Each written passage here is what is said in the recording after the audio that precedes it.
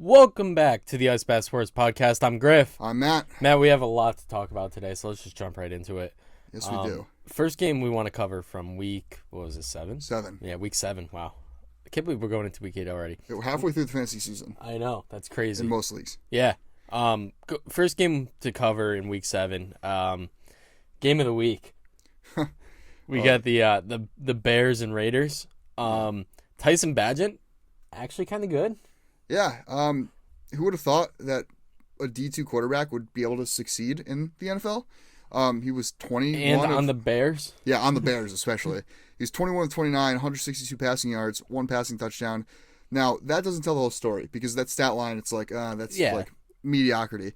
But they steamrolled Vegas. They put up 30 points on Vegas. I mean, whose defense isn't horrible. No, it's been pretty solid. I mean, you got Max Crosby back there. One of the best edge rushers in the league. I thought he was going to cause havoc all day long, and yeah, Bagent performed. He did. I mean, he had some really good throws, especially DJ Moore, which I was worried about DJ Moore as a DJ Moore fantasy owner. You know, was he going to regress because he didn't have Fields throwing to him? But instead, he did just as well. Yeah. I mean, well, Fields, isn't well renowned as a passer to begin with, but Tyson Bagent was flinging that thing. Yeah, he was. Should Fields be worried?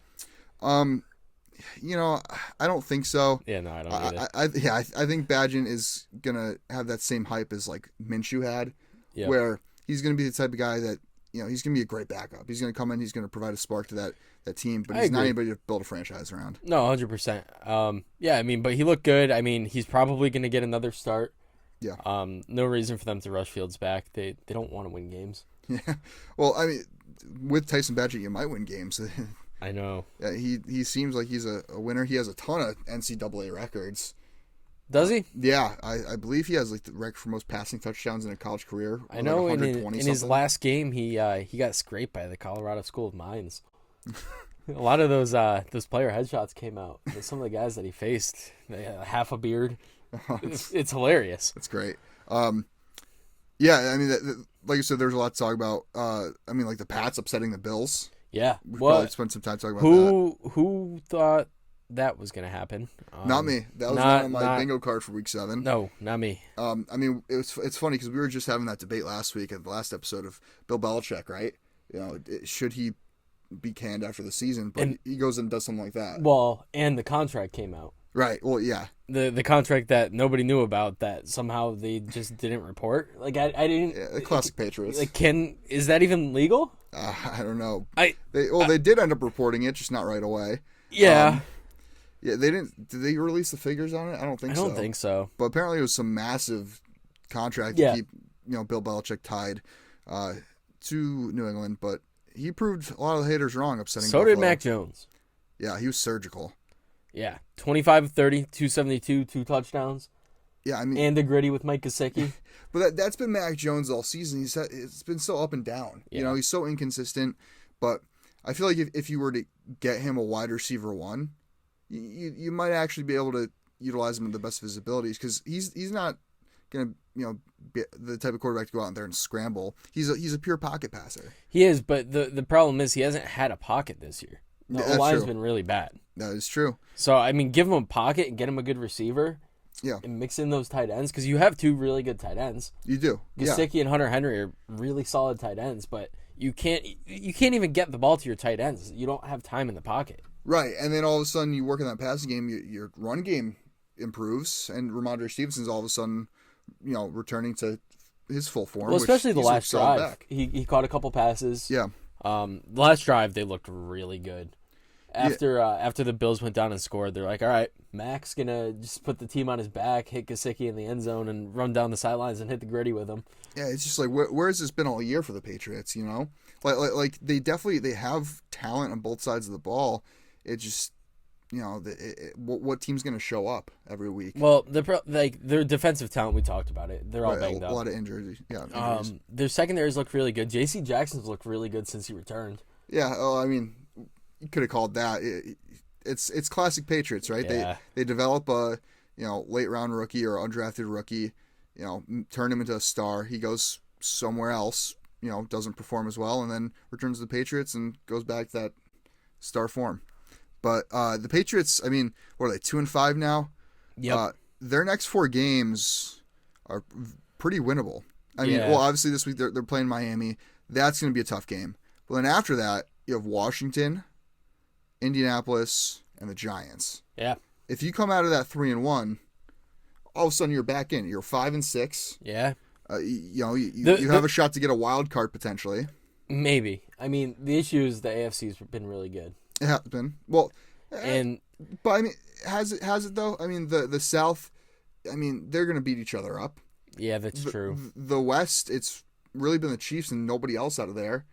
It's really the North they'd have to compete with. But I mean, Cleveland's been banged up. Since he's gonna get hot. Yeah. That's the issue. Since he's gonna get hot, the Steelers are gonna find the way to win games, and the Ravens look really good. Right. So I mean, I still think there's a chance though that they could potentially make the playoffs. There's an outside chance, but there is a chance. Yeah, if they get hot. A team that I don't think is gonna make the playoffs is the Giants. I mean, they did beat Washington. Yep. A super low scoring game. Yeah.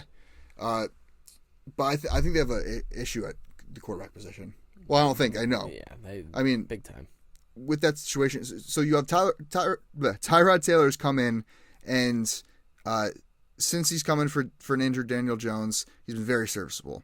In 2 games, he's 53 of 80, 571 yards, 2 touchdowns, and a 1-1 record. Yeah. And not to mention, I mean that's in 3 games, counting the Daniel Jones game where he got hurt. Mm-hmm. But I mean, Daniel Jones should be back from his neck injury soon. The Giants have kind of looked better without him. I mean, you go and that game against the Bills, they were in it up until the very end. They should have won that game. 100% they should have. And they weren't exactly dominant against Washington, but they've looked better the last 2 weeks, and the common denominator is they haven't had Daniel Jones. But at the same time, they lost Daniel Jones, but they gained Barkley back. He's a game changer. And they brought in Justin Pugh, who would have known he would be their best offensive lineman this year? Yeah. I mean, he's kind of turned that offensive line around and given Taylor some, a pocket presence. Yeah, but we got the issue now. Daniel Jones' contract. Yeah, I mean, well, you're paying him what? It was 4 years, $160 million. 92 guaranteed. Yeah. I don't know. It's a lot of money. You got to justify that contract. So yeah. I'm sure they'll end up starting Daniel Jones. Well, but you can't overlook the success Tyrod Taylor's had in Jones' absence. They're not the only team in this position. No. You look at the Browns. Browns too, yeah. You got to justify the Deshaun Watson contract for the eternity now. Right. When, he leaves the game past his concussion protocol, and you just still bench him, which rightfully so. He looked terrible. Yeah. And P.J. Walker's just been better. And P.J. Walker hasn't been that good, but he's just been better. Yeah, Deshaun Watson has not gone back to the form he was in Houston. But, he also went, a whole year and a half without playing football? Yeah, listen, I get that too, but everyone's going to keep making that excuse. You can't make that excuse anymore at this point for him. Yeah, you're right. He's had in a couple of weeks will have been a full year since he's returned. Yeah. So, because he returned, week 10 or 11 last year? Yep, and he had a full off season. So, yeah, Cleveland does have themselves an issue, especially since, you got to rely more on that passing game because you're without Nick Chubb for the season. Yeah, right. But that defense is playing at such an elite level that you're kind of in a win-now mode if you're Cleveland. Oh, 100%. The defense is really good. Yeah. So, yeah, the thing with Cleveland is, you got to justify that contract just like the Giants with Daniel Jones. Yeah. So, yeah, I do think Daniel Jones ends up getting the start when he's back. And it'll be really interesting to see how he does now that he has Barkley back. And, they'll probably get Andrew Thomas back. Yep. He was designated to return, right? I think he's coming back this week. That's a huge get for the Giants O-line. He, having a solid, not even solid, he's a great left tackle. Oh, 100%. Buy Daniel Jones a little more time. But, yeah, they're in such a stacked division there in the East. And moving on, how about Bijan Robinson this past weekend? Yeah, NFL's looking into it. They said as to why Bijan's quote-unquote illness wasn't reported before the game. I mean, I saw him before the game. I wasn't there, but I saw like the videos of him before the game, and he looked fine. Right. Yeah. Why was nothing reported? He only played in a handful of snaps, and his only touch of the game came in their last drive before the game winner. Bijan? More like be gone. Yeah, it's that's bad. I'm sorry. I don't know what's going on there. Maybe he came down with an illness. I don't know. Well, he said he had a bad headache, but come on, like. Oh, is that what it was? Yeah, a headache. You're a running back in the NFL. Yeah. Like, either if you're gonna strap up and put your pads and helmet on, you got to be either 100% to play or you're gonna stick through it. You know what I mean? And I saw something somewhere like Walter Payton had the flu and ran for like over 200 yards in a game. So like, I think it's kind of, a bad excuse personally. And it's not fair to, fans, because like it or not, your fans are either playing fantasy football or most of them are sports betting. Yeah. And if you have like a parlay or something that didn't hit because of Bijan Robinson not playing. That was the biggest thing after the game. People were complaining to FanDuel and DraftKings. They want their bets voided on Bijan. Which, I mean, rightfully so. Yeah, but I mean, I'm sorry, the NFL, you wouldn't be where you're at right now in the NFL if you didn't have the fans and the fan support and, the people watching, the people buying the jerseys and going to the games and getting you all this revenue. You got to put the fans first in some respect, in some regard, and letting them know information like this is very important. I mean, I'm sorry, I know it's pretty controversial because it's like, oh, well, it's betting or playing fantasy. Like it's based on, how they perform. Nothing's guaranteed or whatever. But you got to have respect for the fans. The fans are the reason the NFL is successful. Yeah. You got to have some common decency and provide them with that sort of information before the game. No, 100%. I totally agree. Algier ended up getting pretty much a full workload. It looked pretty bad. 21 carries, 59 yards, only averaging 2.8 on the ground. Did have 3 catches for 53. They did play Tampa, though, who's notorious for having a good run D. Yeah, and Algier's not a guy that's going to run outside. He's an inside runner. Mm-hmm. And listen, their front 5-6 was really good. So. I mean, you knew something was wrong when they had Cordarrelle Patterson back there again. Yeah. I saw that, and I had to do a double take, which I played against Bijan, or teams that had Bijan in 2 leagues in fantasy this week, so I wasn't really complaining, but if I was in that position, I'd be livid. Yeah, I agree. Moving on, we got the Ravens. They dominated the Lions. Listen, I gotta throw out here. Anytime you make your power rankings and put a new team at 1, they lose. So, not putting Philly at 1. I was gonna say you might want to stay away from putting your Eagles on top. I'll put the Chiefs on top. please. But man, the Ravens look good. Lamar has to be a front runner for MVP right now. Yeah, well, I saw a graphic. If you're saying Lamar's got to be a front runner for MVP, you got to put Jalen Hurts up there too, because their stat lines are eerily similar, and the Eagles have one more win than Baltimore. Yeah, like look up their stats and compare the two. What's Lamar at right now? He's 142 of 200 for 1,600 yards, 8 touchdowns, 3 interceptions. He's already ran the ball 69 times for 363 and 5 touchdowns. Yeah, that doesn't show fumbles though. Well, oh yeah, 8 fumbles. Yeah, so 5 lost. In terms of like turnovers, they're like pretty similar in turnovers. Yeah, pretty similar in passing yardage, passing touchdowns, same thing, rushing touchdowns.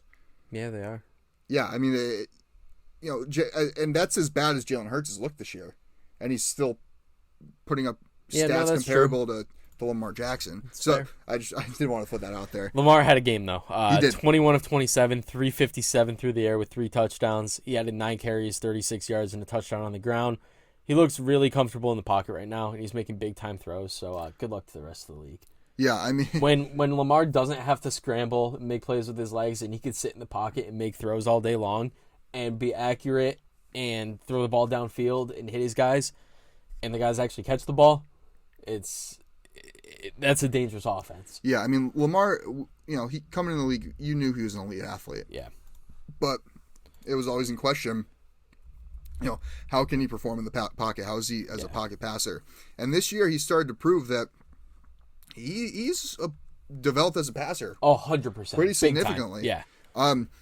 So, yeah, I mean, I 100% agree that he's definitely up there for MVP, especially since, that backfield doesn't really showcase any star running back.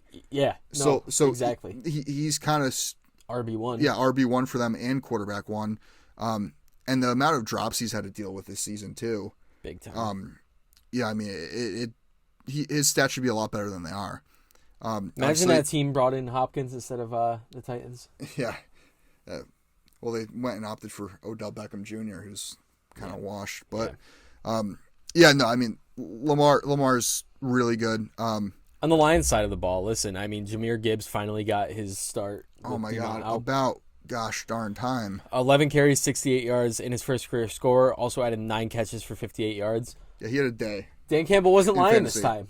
No, he wasn't. Jahmyr Gibbs went from the water boy to, the star RB1. Mike McDaniel next. Yeah. I was lost for words. I was fully expecting Jahmyr Gibbs, especially with how the game went in terms of the Lions' offense not producing. Yeah. I really thought Gibbs was going to put up another 8-9 point day. Yeah. I think he got me 27. Yeah. In fantasy. He had a day. Yeah. Very happy with that. And David Montgomery's probably going to miss more time. Yeah, he may. He may miss this week. I was reading into it as a David Montgomery owner. I was reading into it. It sounds like because he's got a rib injury, so I mean it's just tough. You never really know, especially as a running back. Yeah. Yeah, so he'll probably miss another game, which is huge for Jahmyr Gibbs. Yeah. Well, what does scare me though is they did utilize Gibbs a lot, but they also were very ineffective and inefficient on offense versus the Ravens. Like they got destroyed. They got blown out. They did not go toe to toe with the Ravens. On offense. So like. Are they going to take it with a grain of salt? Like, okay, we lost, the loss is lost, chalk it up to that. It was just a bad day. Or are they going to say, oh, we gave Gibbs all these touches, we got destroyed, and maybe we'll be more cautious on how we use Gibbs going forward because, we weren't as productive on offense. Well, I don't know. I think he didn't have a lot of touches, especially in the first half. Right. They were throwing the ball a lot, and Goff didn't look good. Yeah, well, because, Goff's been great this year, but that's because he has one of the best offensive lines in the league. Yeah. Goff under pressure is not a good quarterback. No, I agree. But, listen, Gibbs played in 87% of snaps. I think that's huge, especially for when DeMont's back. We know DeMont has the injury history, so. Right. Yeah. Yeah, I love Gibbs. Hopefully this is a sign of what's to come, and... maybe you can still buy kind of low on him in some leagues. Maybe try to trade for him. Speaking of trades, the Eagles traded for Kevin Byard. I did want to mention that. That's a huge addition to the defense. Defense secondary's been a little questionable. Yeah, well, we've also been riddled with injuries in the secondary. Yeah. But, this coming right after the Eagles took down the Dolphins, which that's a huge win for the Eagles. I was talking about this last episode, how important it is for Philly to beat Miami, especially with the stretch of games they have coming up. It's a crucial win.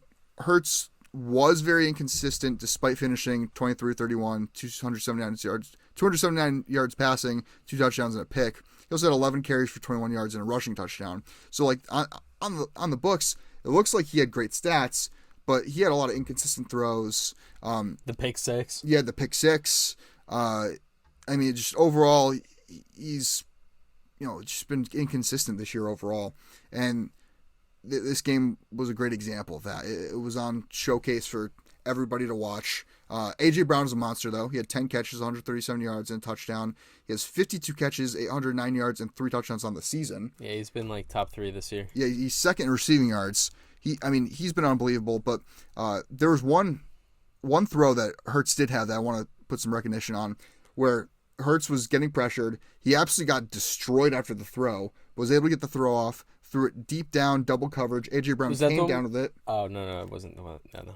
Yeah, and Brown made a huge play. It was like a huge 30, 40-yard catch in double coverage that Hurts placed perfectly. So even under pressure, it's nice to see that.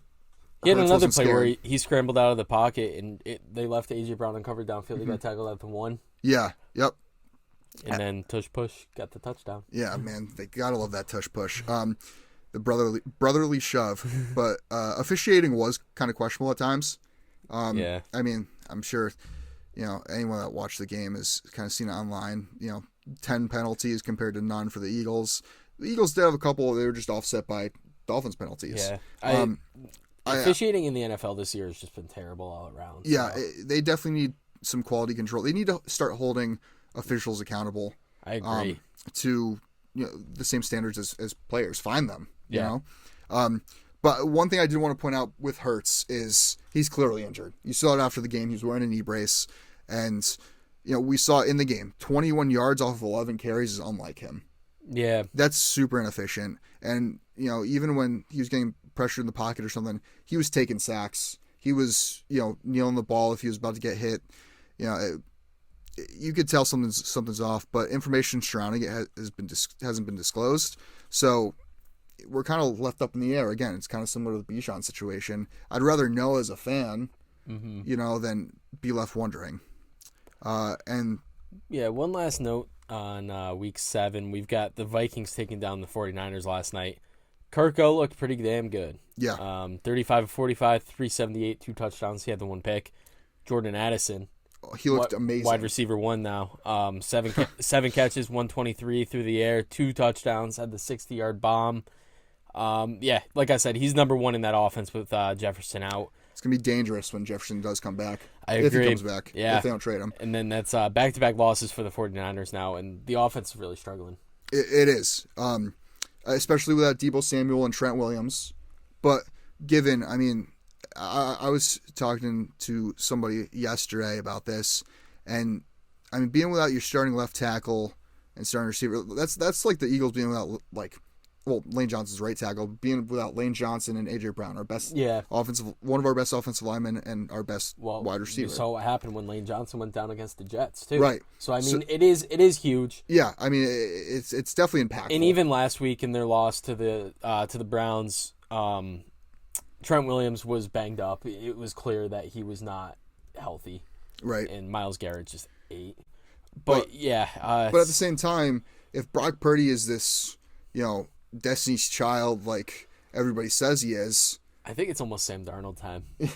I don't think the way Purdy's played up until the last 2 games, he's been good. But no, Purdy didn't play terrible. He was pretty bad last night. Look at his stats. I think he had 2 picks. Did he? Yeah, he had 2 I didn't interceptions. Watch the game, so he did have 2 picks. One coming at the end of the game. 21 of 30, 272, a touchdown, 2 picks. Yeah, at the end of the game, he had they were driving and then he threw it away. Well, I said threw it away, threw a pick. Yeah, and that was pretty much the game from there.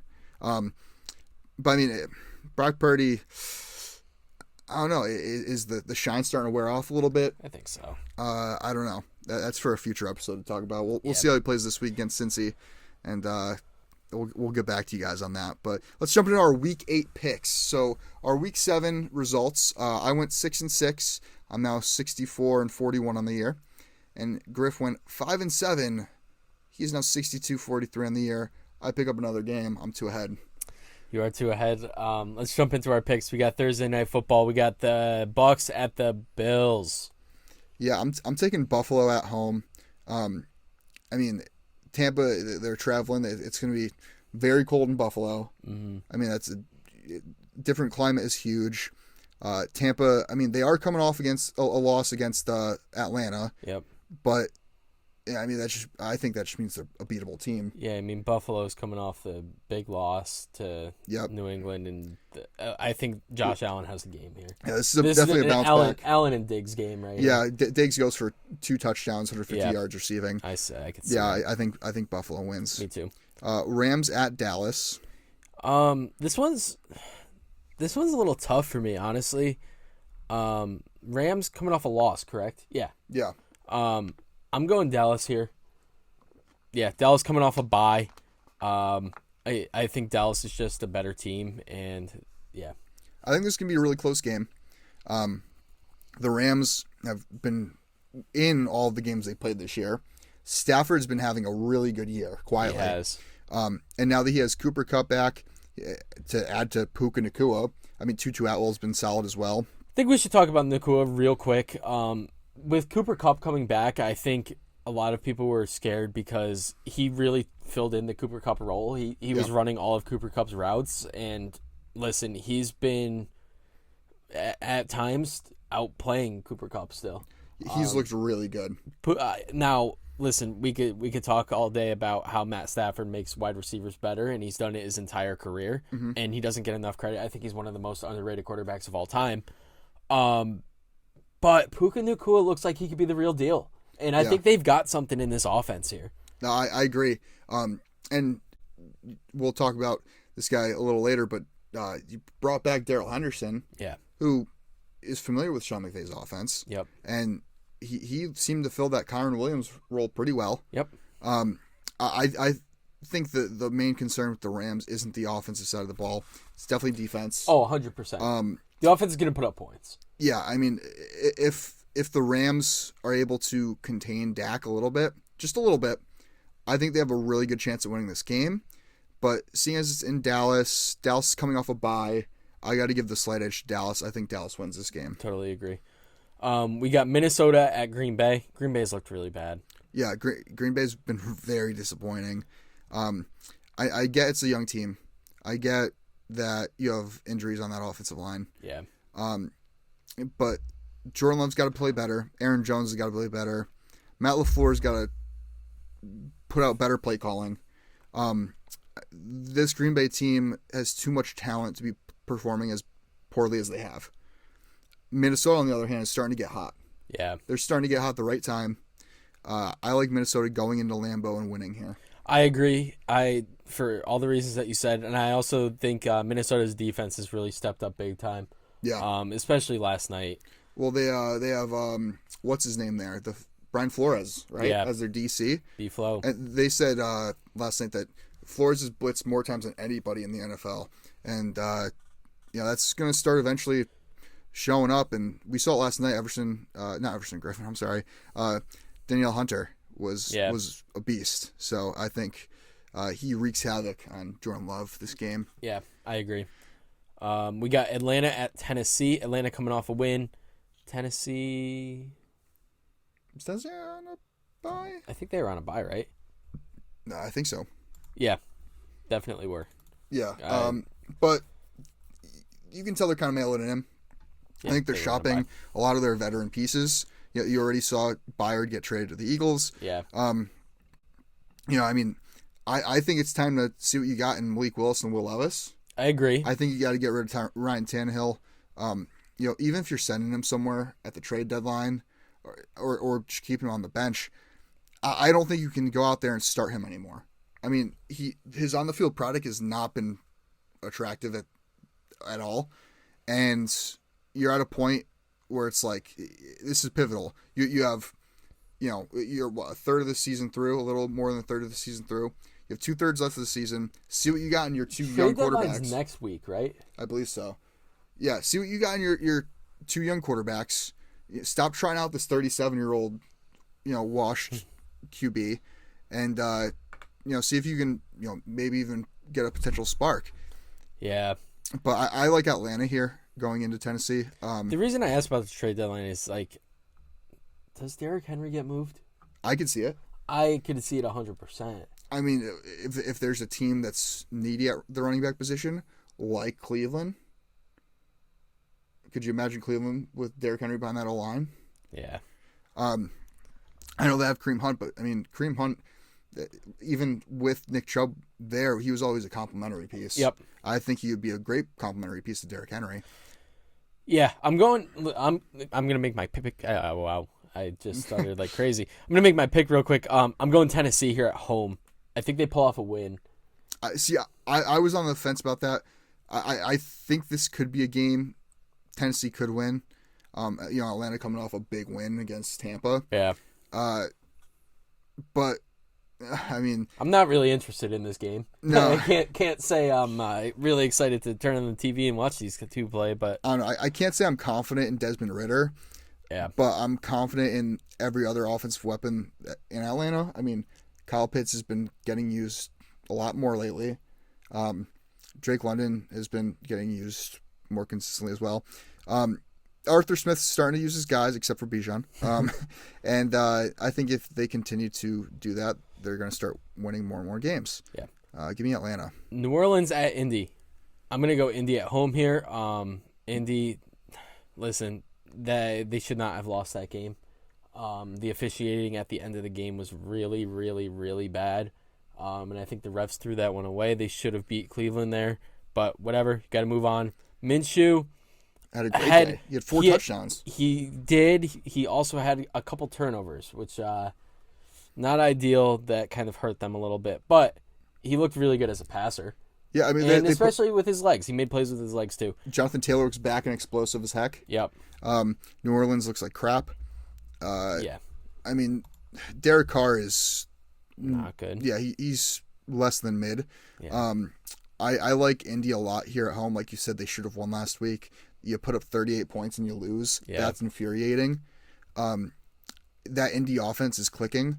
Gardner Minshew, Michael Pittman, Josh Downs. Michael Pittman wasn't even involved that much until the end. Jonathan Taylor, Zach Moss. Yeah, and that offensive Moss line and Taylor better. both played in 50% of snaps. Taylor looked really good. Taylor was way more efficient than Zach Moss.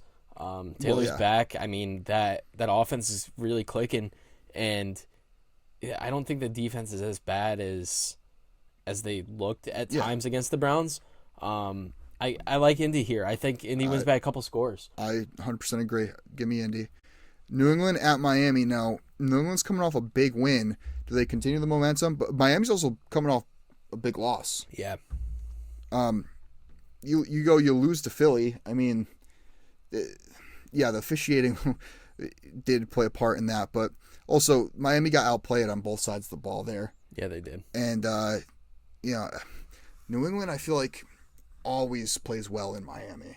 They do. I think this is a close game. I'm still going to give the edge to Miami because Mike McDaniels is too good of a coach to lose back-to-back games with this current roster, but I think it's going to be a really tight game. I don't think Tua's ever lost against New England, has he?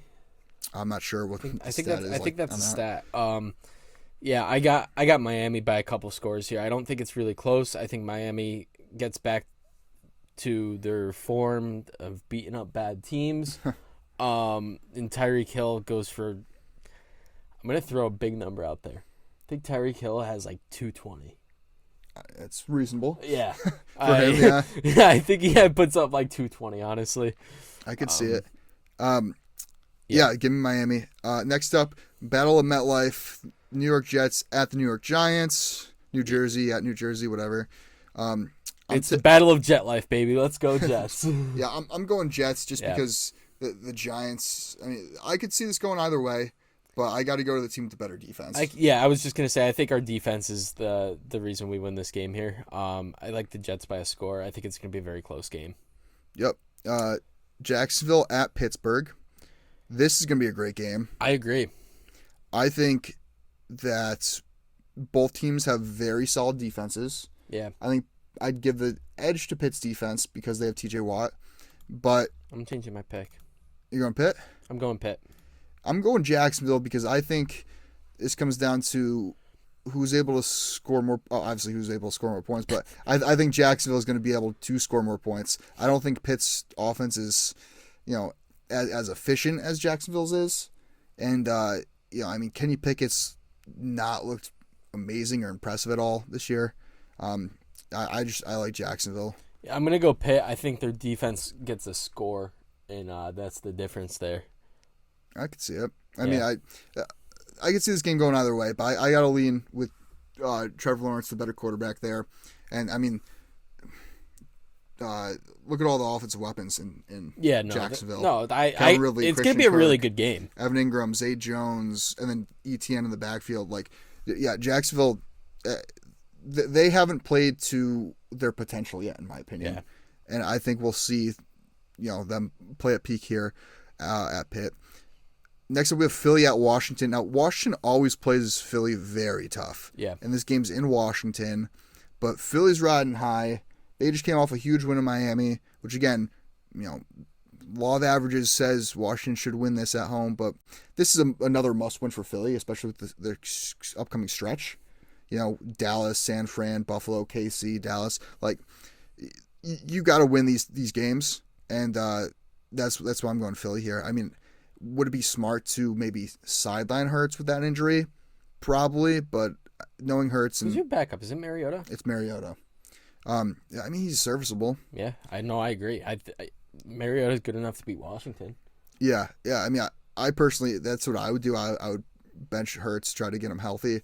But I mean, I think regardless, Philly's just the overall better team here. Philly's the better team.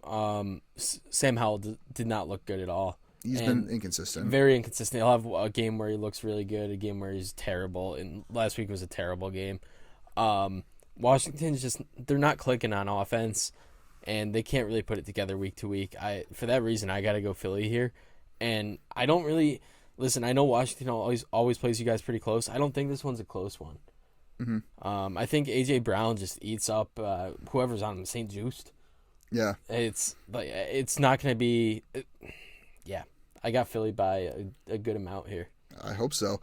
Next up, Houston at Carolina. Carolina has not looked good. Houston coming off a bye. Yep. CJ Stroud's looked really good. Houston's coming off a bye, which means I think Tank Dell should be back. Yep. Coming off his concussion. I got Houston here. I have Houston too. I don't know if Carolina will win a game. Yeah, I'm with you. Cleveland at Seattle. I was back and forth on this game, but I'm leaning Seattle just because it's so tough to play in Seattle. I agree. Same exact reason. I think this is going to be a very good game. I also got Seattle just giving them the edge because they're the home team here. Yeah, it should be a great game though. Yeah. KC at Denver. Denver does not look good. I mean, No. Did they win last week? Who did they even play? They played Green Bay. Green Bay, yeah, they they barely beat Green Bay, but Green Bay's not that great of a team. KC's one of the best teams in football. They've come and proven that week in, week out. They looked really good against the Chargers. KC's gonna sweep them. Yeah, I agree. Baltimore at Arizona. Could be a trap game. I don't know. I think Baltimore stays hot though. I think they wipe. Yeah. I mean, yeah, wipe the floor. It's mop them up. After such a dominant performance against Detroit, how do you not like them against one of the worst teams in the league in Arizona? I gotta go Baltimore. Cincy at San Fran. Very good game. This should be a great game too. I'm going Cincy on the road here. I like that pick, especially since San Fran's lost back to back, and Cincy coming off a bye. Yeah, kind of a get right week. What scares me though is San Fran's lost back-to-back games. Yeah, they're too good of a team to lose 3 games in a row. Even if they're without Trent Williams and Debo again, I still think they pull out the win here in what should be a shootout. Yeah. Chicago at the Chargers on Sunday Night Football. Gotta go Chargers here, but would not surprise me if Badgett comes out and puts together a win against this Chargers team, who's just very up and down and underperforming. They got to get Eckler involved. Yep. No, I 100% agree. I'm taking the Chargers, but I'm not confident in that pick. Me too.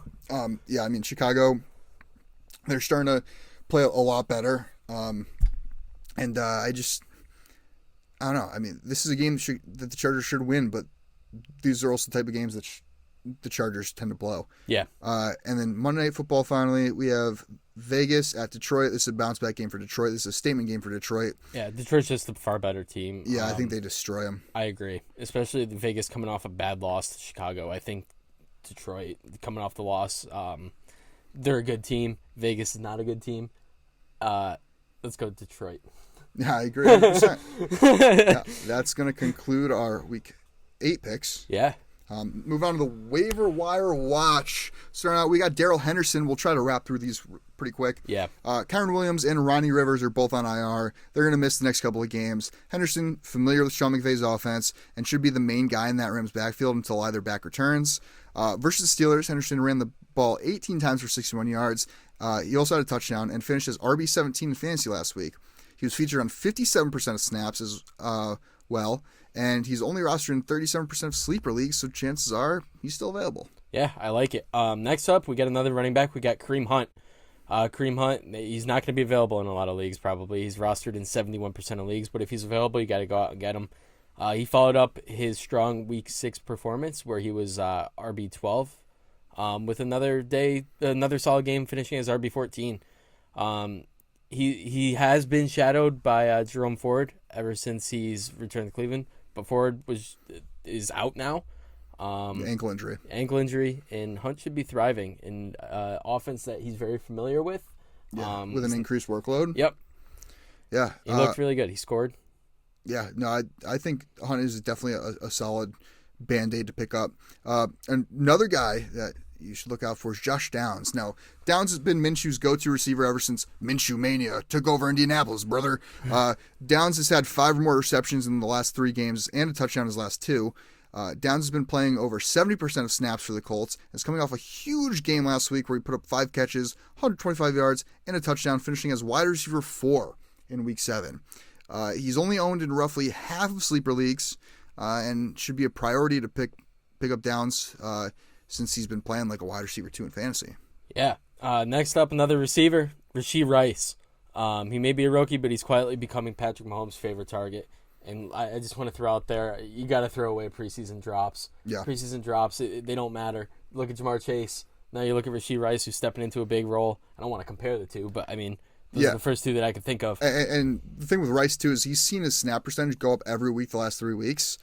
He's played in a season-high 59% of snaps this past week, where he ended up going for 5 catches, 60 yards, and a touchdown, finishing as wide receiver 14. Rice has gone over 10 fantasy points in 5 out of 7 games this year, in PPR leagues, that is. And he's rostered in 67% of sleeper leagues, but with Rice's snap percentage growing and the fact that he's got the best quarterback in the league throwing to him, Rice has tremendous upside, and I highly recommend you pick him up in your leagues if he's still available. Yeah, completely agree. He's been really good. And then the last guy we got on here, we got Dalton Kincaid. We got Dawson Knox missing some time with wrist injury. So now it's time for the rookie to step up into a bigger role. Kincaid's coming off a game where he brought in all 8 of his targets for 75 yards, making him tight end 7 on the week in PPR leagues. He's only rostered in 41% of sleeper leagues, and I think he should be a priority add if you do not have a top-tier tight end on your roster already. Yeah, I think the Dalton Kincaid breakout is going to be upon us, yeah. Yeah. But that's going to wrap us up. Yeah. Longer episode today, a little bit. Yeah. About pretty the average. same. Yeah. But yeah, check us out on all of our social media platforms. We're at IceBath Sports on Instagram and TikTok, at IceBathPod on Twitter/X, which we got to start using again. Yeah. I'll get back on that. Yeah, and then, you could check out the video version of this episode if you're not already on the IceBath Sports Podcast YouTube page. We will see you guys next week. As always, stay cool.